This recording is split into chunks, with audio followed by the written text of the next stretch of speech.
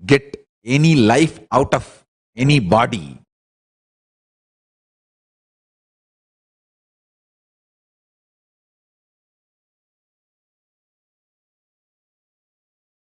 Prahlada's will persistence was most stronger than Yama's rope. I tell you, listen.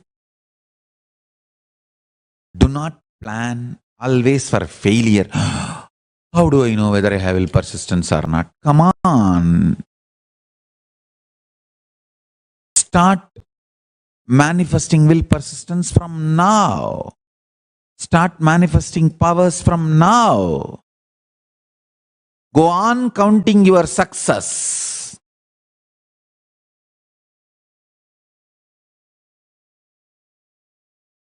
Even in Markandeya's issue,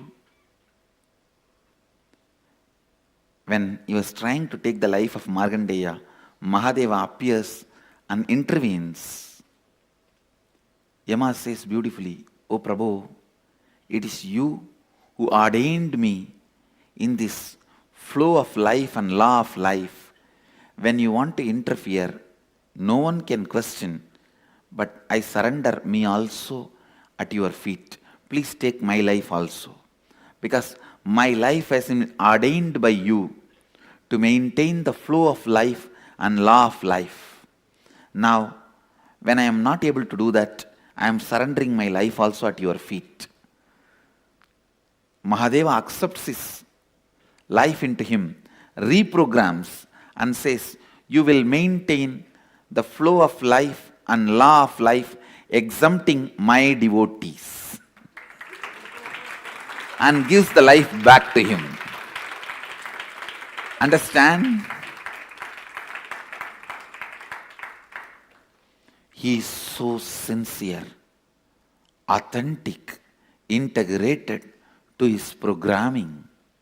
Even when Mahadeva interfered, he said, "Prabhu, I can't question your interfering. You are above all this. You have every right to interfere, but take my life, for which you programmed me. You programmed me to maintain the flow of life and law of life, Yama and Dharma. Now, when I am not able to do that, I surrender my life itself at your feet." So death was killed once in Tirukadayur.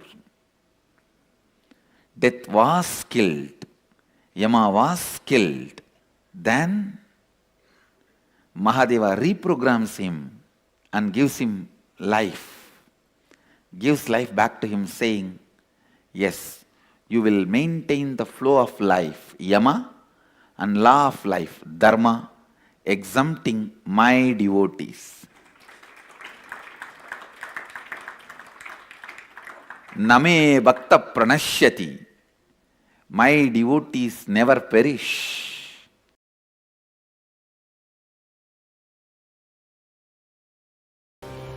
Every one of you can become Kala Bhairava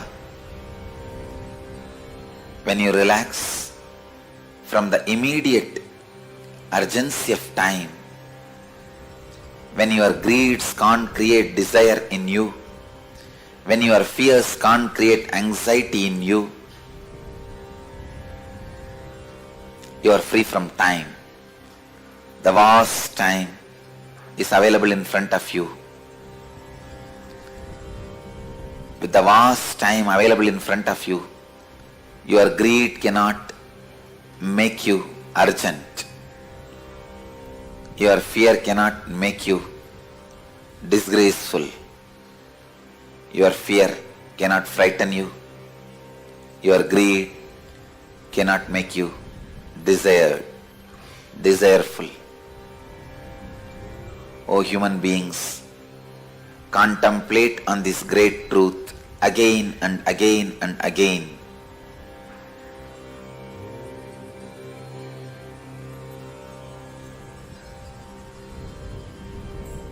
The brain which I am using to radiate this truth to all of you is capable of transmitting that very truths to all your brains as brains do not have individual consciousness.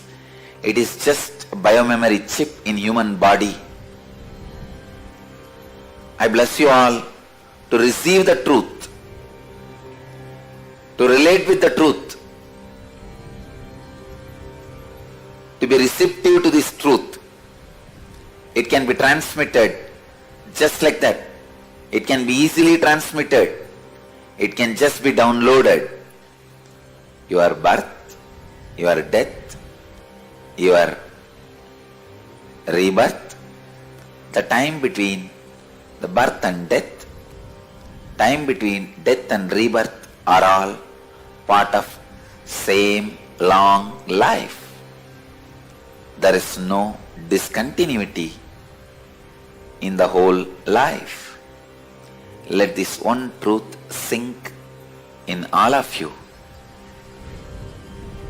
to make you understand. Greed does not create the need to create desire in you. In the ocean, when the river enters, it doesn't create ripples. In the vast time available in front of you, by this great truth, even if the greed enters, it does not create the ripples of desire. Even if the fear enters, it does not create the ripples of anxiety.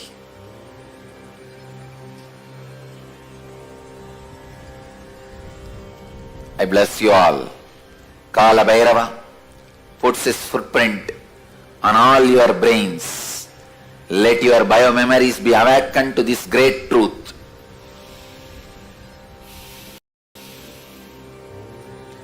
Birth and death and rebirth and time gap between birth and death and rebirth are all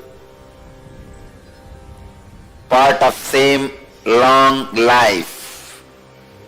There is no discontinuity in these happenings.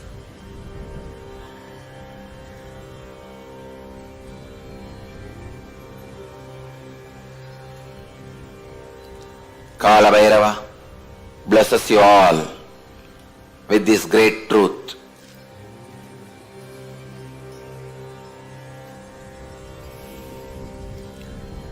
Let this great truth be downloaded in all the brains which are having Nayana Diksha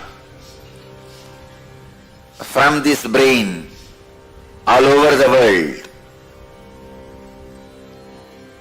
Namah Shivaya.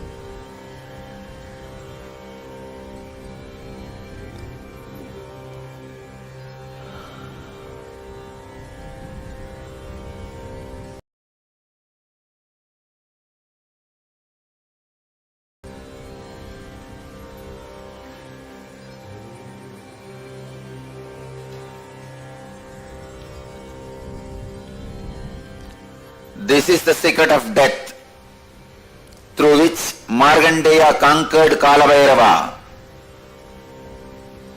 Markandeya conquered Yama, the Lord of Time.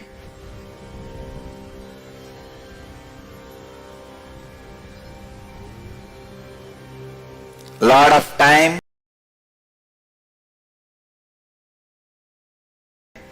when he conquers you, he is Yama. When you conquer him, he is Kalabhairava.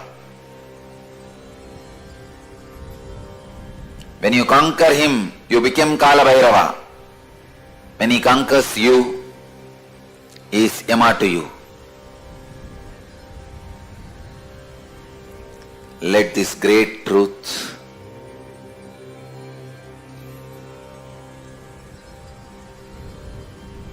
land all of you.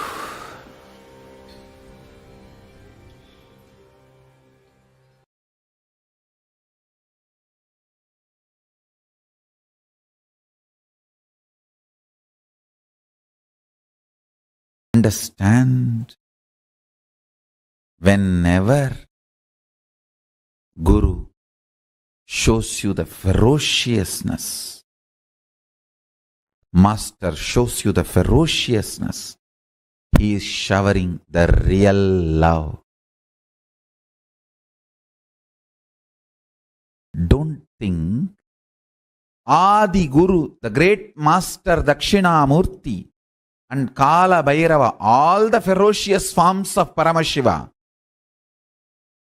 like Kalantaka, all the ferocious forms, and Adi Guru Dakshinamurti, all of them came from the same face, south face Agora. Don't think it is coincidence.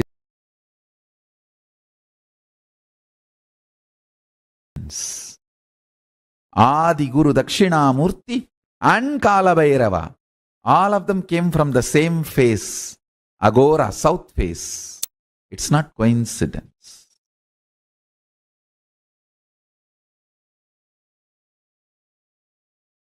Ferociousness is a straight, intimate, raw,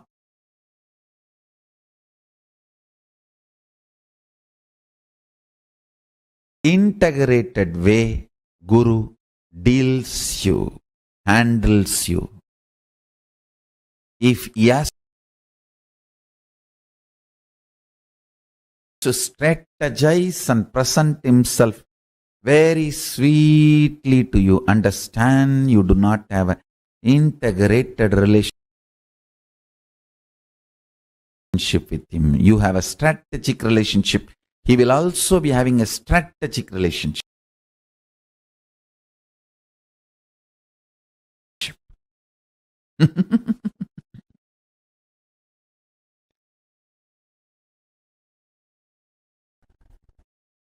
Ferociousness is Paramashiva dealing you with his own hands. With his empty hands, bare hands, he will never kill you. He will only hug you. Anything you see other than ferociousness, all forms of sweetness, is handling you through a strategy. Means some weapon. The weapon may be looking very comfortable.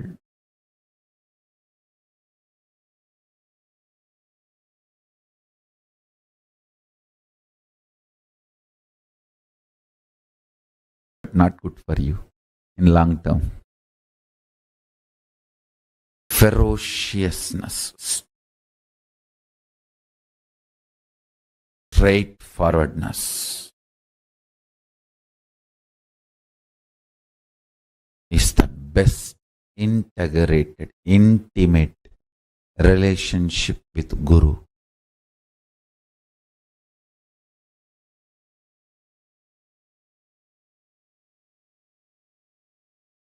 Understand, my love is lubrication for your machine. My ferociousness is energy, fuel, power for your machine. Any machine can run without lubrication, but it cannot run without power, energy. My ferociousness is as important as power is needed for the machine to run. My love is lubrication, option, which is not compulsion. Don't even expect lubrication.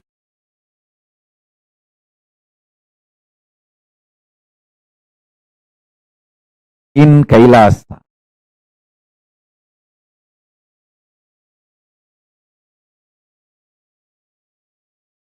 You will feel empowered by every being seeing you as Paramashiva.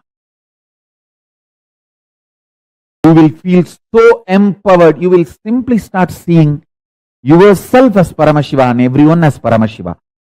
This intense ecosystem is my contribution. This is what is going to be the biggest miracle of me.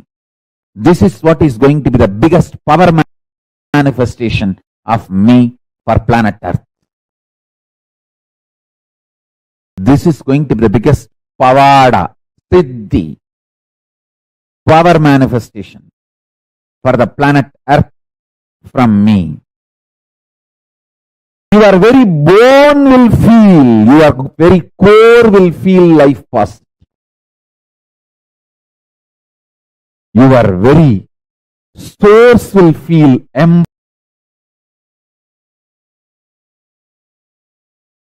empowered. Your very kundalini will feel inspired, excited. Your very DNA will dance with Nataraja, Paramashiva, with the cosmos, with the Brahmanda.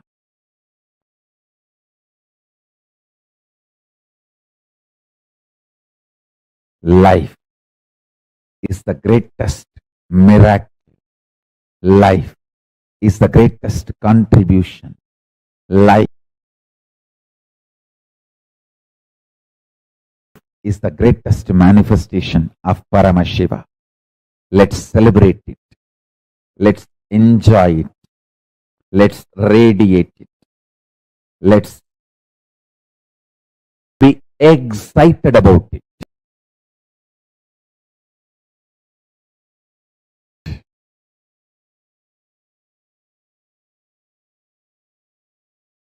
Life is a life is a life.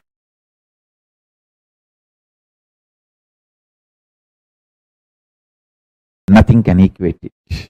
Nothing can define it. Nothing can reduce it. Nothing can verbalize it. Nothing can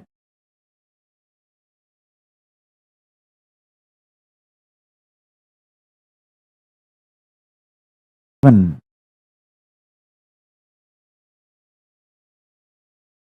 box it. Nothing can box it.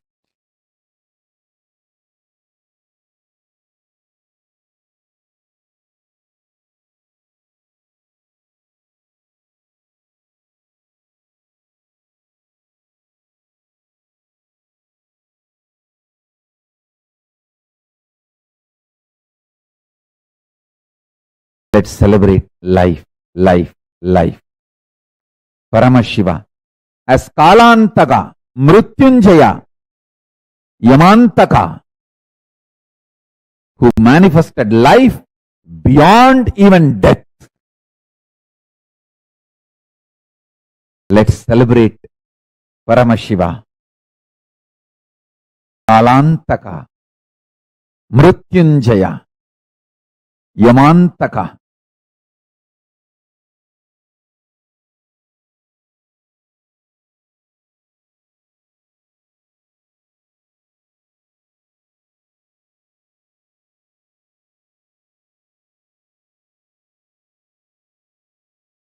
Listen to this message of Paramashiva intensely and internalize. Do Vakyartha Sadas and Jivartha Sadas. We will all have superconscious breakthrough.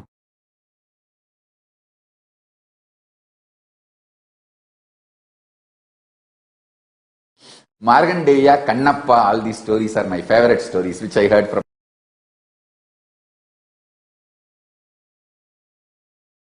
my grandfather in a very young age, and and Kala is my Ishtadevata. I used to worship him.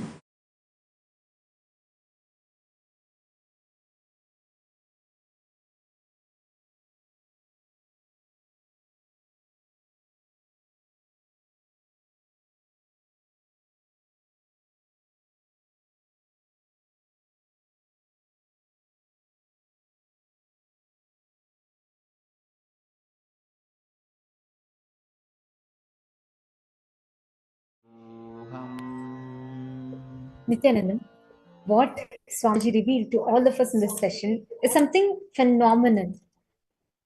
The very understanding of death, experiencing Chiranjeevitva, experiencing the space beyond what we exist, the beyond our understandings of optimum health, everything.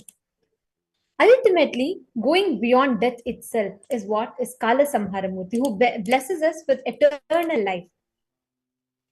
And today, Swamiji beautifully revealed to all of us about the science of how each of us can live the life beyond what we just think as optimum health. Swamiji said beautifully, right?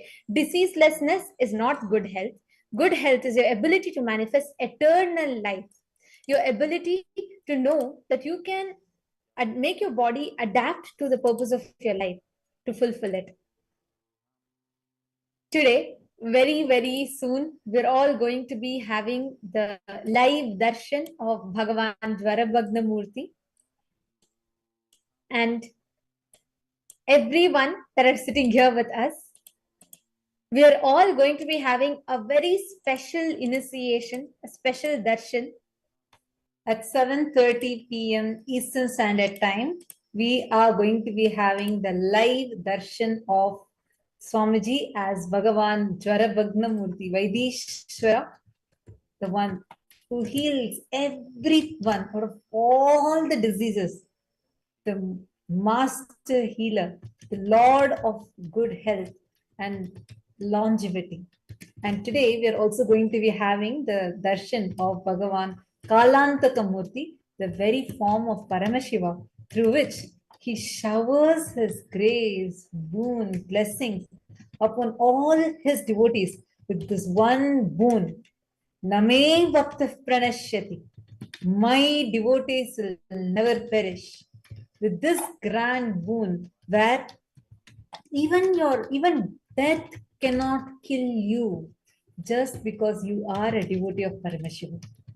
This very powerful boon, the very form that had manifested for Markandeya and killed death itself, rejuvenated death itself, and rewrote the definition of death just to protect his devotee. This is the compassion of Paramashiva, and this is the same auspicious form with which he is going to be manifesting today and showering his grace, boon, blessings upon each one of us.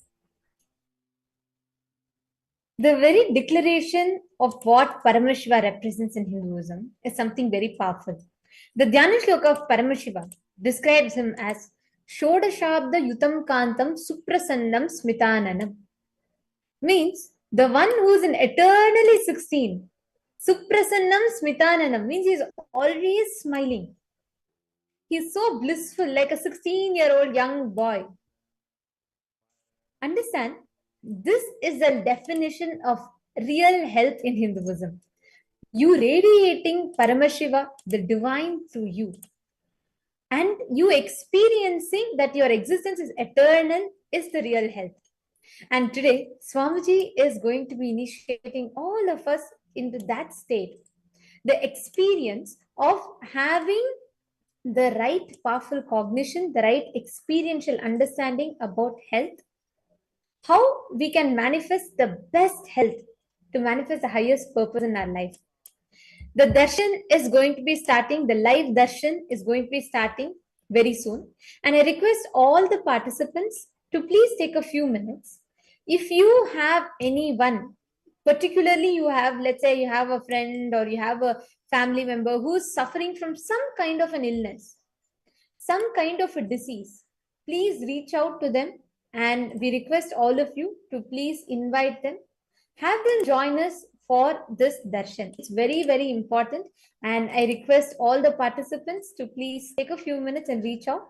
And this darshan will definitely transform their lives completely. You will see how Swamiji is going to shower his grace, his boon and blessings.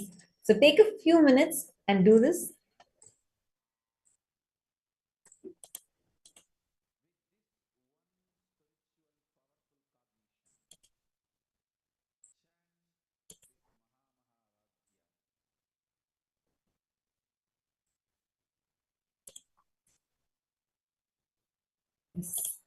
all the participants of Paramashivoham Level 1, Level 2, and Level 3. If all of you are able to see us and hear us clearly, please let us know in the chat now. Now, last few days, we all have been learning various different aspects of Sanatana Hindu Dharma and what Swamiji has been doing, what Swamiji is doing, and how Swamiji is continuously showering his grace, his blessings, and making Kailasa available, accessible to all of us. We were sharing about this. We also understood how Swamiji has been working from the grassroots level.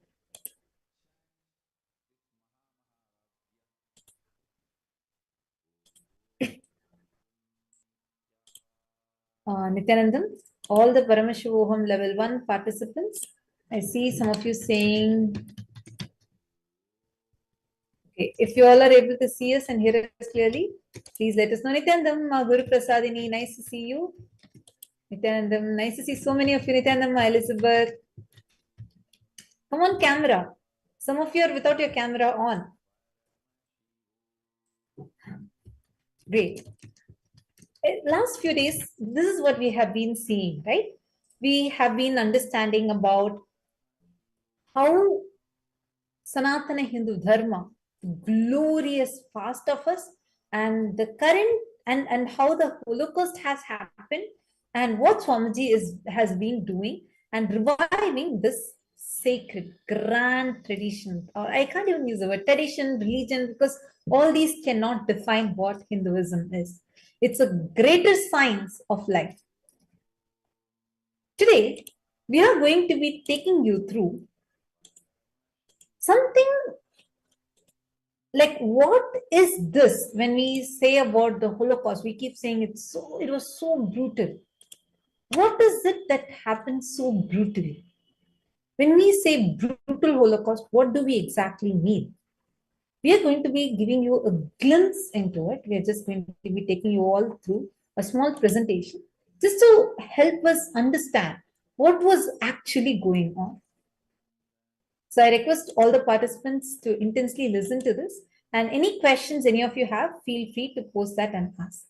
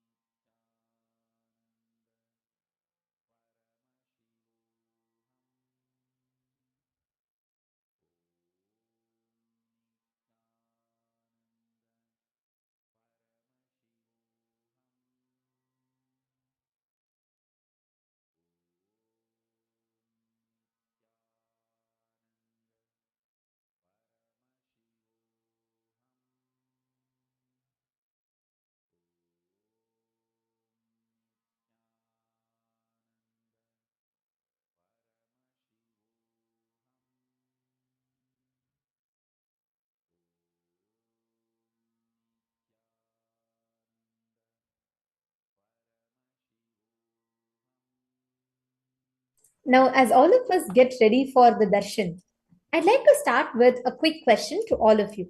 From morning, each of you have understood about health in different levels, in different perspectives.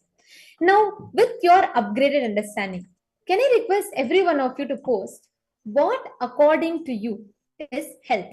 When you visualize, let's say, if I ask you to, describe being healthy, how would you visualize yourself to be? Can I request every one of you to post? Mariano Perezaya, Ma Parameshwari, Ma Elizabeth Mary, Nitya Guru Prasadini, Christina, Ma Christina Chanel, and then Ma Saumya, Ma Pratyangira. Can I request every one of you to post? What, according to you, with this understanding, from what you have learned from the morning till now, what, according to you, is optimum health? When you say good health, what do you visualize it as? Can I request every one of you to post? Okay, Ma Rashida is saying, I would love to be healed and be a body scanner. Okay, taking a moment to, okay, I have Ma Angelica who's posted healing stick. Okay, Ma Angelica, answering your question, you can use the Atmalinga also to heal the male bodies. Yes. So with or without the healing stick, you can use the Atmalinga. You don't need to wait for a healing stick to heal. And also, you can go to your local temples. All the participants that have signed up for Healers Initiation today, or if you had signed up previously, you will be receiving a healing stick, which you can go to your local center, temple, and collect it from that, and you can have it. That will be blessed and given to you directly by Swamiji. So make sure you are getting this healing stick, and using the healing stick only, you are going to be healing others.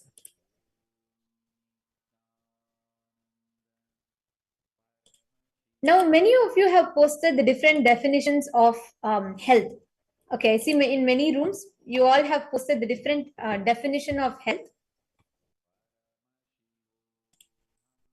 Now, okay, my Elizabeth has posted health is a state of physical, physiological, emotional, sorry,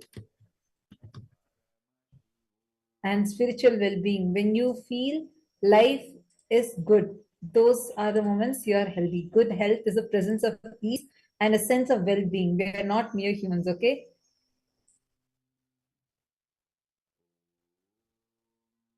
Ma Christina, I read your message.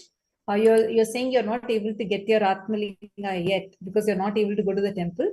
Definitely, yes, Ma. You can talk to your local Mahant and they can help you to arrange such that you are able to get it from them. Don't worry. This is a gift directly from Swamiji to each one of you.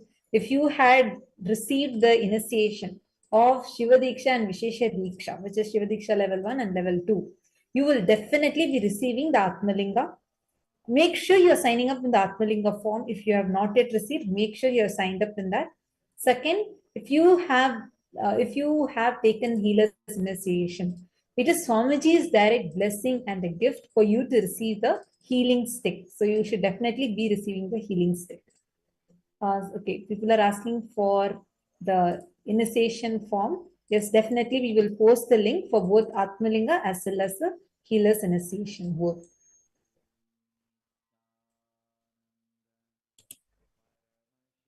All right. So now each of you have posted various different powerful cognitions, the understanding of, what is health according to you.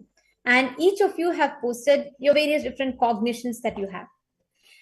But today, what each of you have earned is something phenomenal. Because even in the most latest, most advanced of medicine field today has not reached the level, the depth of what Hinduism has.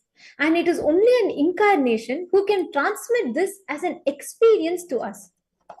But before we get started with this, I have another question that I want to ask every one of you. And you all will have to Google for this, okay? Can I request each of you to please head to Google and can you all ask Google the question, who discovered anatomy? Come on. Take a moment, Google and ask this question, and I request you all to post the answer here in the chat. If all the participants are listening, can I request all of you to please kindly come on camera? Google and post here, who is the father of anatomy? Who discovered anatomy? Who's the father of anatomy? Come on, all the Paramashivoham level 1, level 2, level 3 participants, all those watching us on YouTube, I request every one of you to head to Google right now and ask Google who discovered anatomy. And whatever answer Google is saying, I request all of you to please post it. Take a moment and please post it here.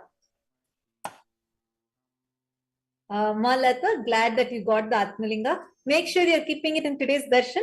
And Swamiji is going to be coming for live darshan very, very, very shortly. And Swamiji is going to be blessing us. So you can get the blessings. Make sure you're keeping the Atmalinga right in front of you during darshan today. Okay. So my Elizabeth Mary has posted Andreas Vesalius is considered founder of modern anatomy. Okay. Martina has posted John Dalton. Okay. Can you all post also the year along with it? Sorry. Yeah. Who discovered anatomy in what year? Can I request every one of you just Come 1 on. minute? Go ahead and Ma- Google. Ma Shukrendraananda, Ma Angelica, Ma Rashida, all of you please post. As Hippocrates is called the father of medicine, Herophilus is called the father of anatomy. Ma Esther has Okay, posted. so there are so many answers. One is saying John Dalton, Hippocrates, and then we have Andreas Vesalius. Come on, each of you please post. Who is Google?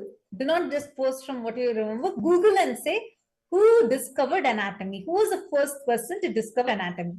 Okay, 3rd century BC and Andreas Vesalius. Okay. Okay. How about the others? Mariano Perez. Why don't you Google and post? Okay, Nana has posted 1803. Okay, Herophilus, Ma Prematavasi has posted. Again, Ma Parameshwari has posted Andre Vesalius. Same thing with with Mariano Perez also. Okay, thank you all for posting. Ma Paula Gomez, and how about everyone?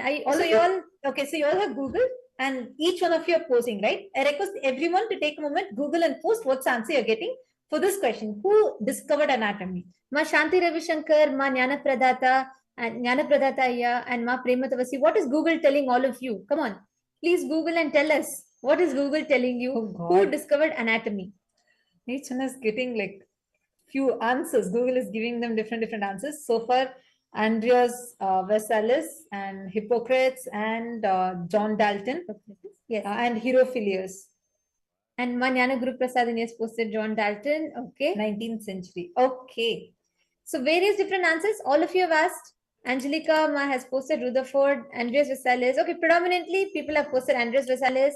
And earlier than that was John Dalton. Okay. Okay, so today if you Google who discovered anatomy, these are the answers that are coming to you. Am I right? Google tells Andreas Vesalius. And the year of discovery of anatomy is considered very, very recent. As per Google, if you Google, the Google shows it was the entire anatomy was discovered in the 20th century. Of course, there are earlier than that credited people like Hippocrates or Herophilus. Each of them are credited to have discovered anatomy in the basic level, but the real anatomy, the father of modern anatomy, is credited to Andreas Vesalius, who discovered anatomy reportedly in the year 1514, between 1514 to 1564. Now, what if I told you much before that, 5,000 years ago, Ayurveda clearly describes the human anatomy and explains the detail right from your nerves, blood vessels, every single detail is recorded in the Hindu scriptures. Google is lying to you. Google is telling you something wrong. It's giving you a biased information. Much before any of these modern scientists found, Rig Veda is the one of the four sacred texts in the Vedas called Rig Veda, Yajur Veda, Sama Veda, and Atharvana Veda. So Rig Veda originated somewhere between 3000 to 2500 BCE, one of the earliest texts. And Rig Veda, a subset of Rig Veda, one of the sub-Veda being the Ayurveda, clearly describes the human anatomy. It describes the procedures, the kind of illnesses, and everything in detail. We Hindus were advanced. It doesn't just end here. Do you know we were so advanced in the field of medicines? We all know, predominantly, we all would have heard father of plastic surgery, Sushruta. We have so many evidence that is a big telltale of how exactly we are, how advanced we were as a civilization in the aspect of medicines, in the aspect of surgery, in the aspect of like organ transplants, everything we were so advanced in.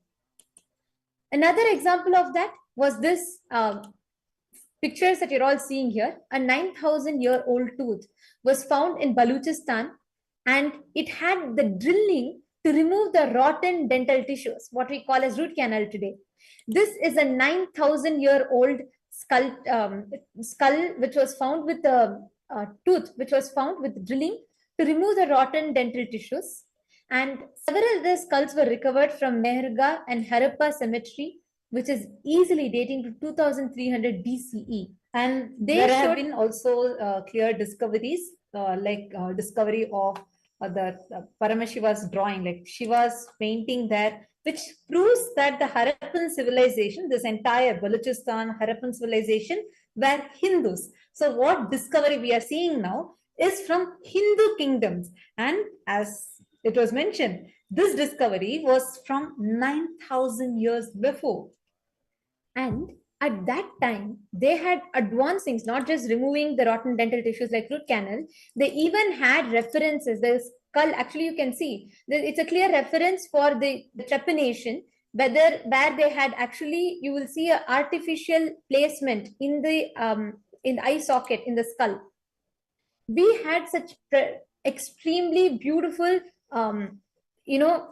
advanced medicine science, whether it is trepanation, bone healing, or prosthetic eye. And our references for these dates back to the earliest Vedas and texts. You should know, we were so advanced. Our field of medicines, what we had knowledge, we did not just discover the anatomy in terms of knowing the body, no. We had advanced medicine system dating back to thousands of years ago. What you're all seeing here in the picture is the mention of, it's a verse from Rig Veda, which mentions about the queen Vishpala, who fought a war on behalf of her husband with a prosthetic leg. This is the earliest Veda, the earliest source scripture in Hinduism, and the Rig Veda. And Rig Veda clearly mentions in the Rig Veda, in the first chapter, 116th canto, 15th verse. It clearly mentions about Vishpala, the queen, and the verse as projected to you all, it says, "So thou Jangamaya Singha Vishaloyo Idhana Hite Sterba Pratyadhyattam," which means the foot of Vishpala, the wife of Kela, was cut off like the wing of a bird in an engagement by night. Immediately, you gave her a metallic leg so that she might walk. This is a reference to a prosthetic leg. Kela was a king and Agastya Maharishi was his guru. Through his prayers, the Ashwini Kumaras gave Vishpala a metallic leg, a prosthetic leg. This is just one in many of the references. We Hindus are so advanced. Whenever you Google about Hindu medicines, maximum they tell you, oh, Shushruta was a father of plastic surgery. Yes, that is great. But look at how biased Google is. Look at how biased everything is. Where is this credit to Hinduism being given? We were the earliest. We have references, clear references of how we were so advanced. We had the knowledge of not just, all these are very small. In fact, if you see our Puranas, right, Ganesha is the first reference to head transplant. In Mahabharata, which happened more than 5,000 years ago, there's a reference of incubation. There's a reference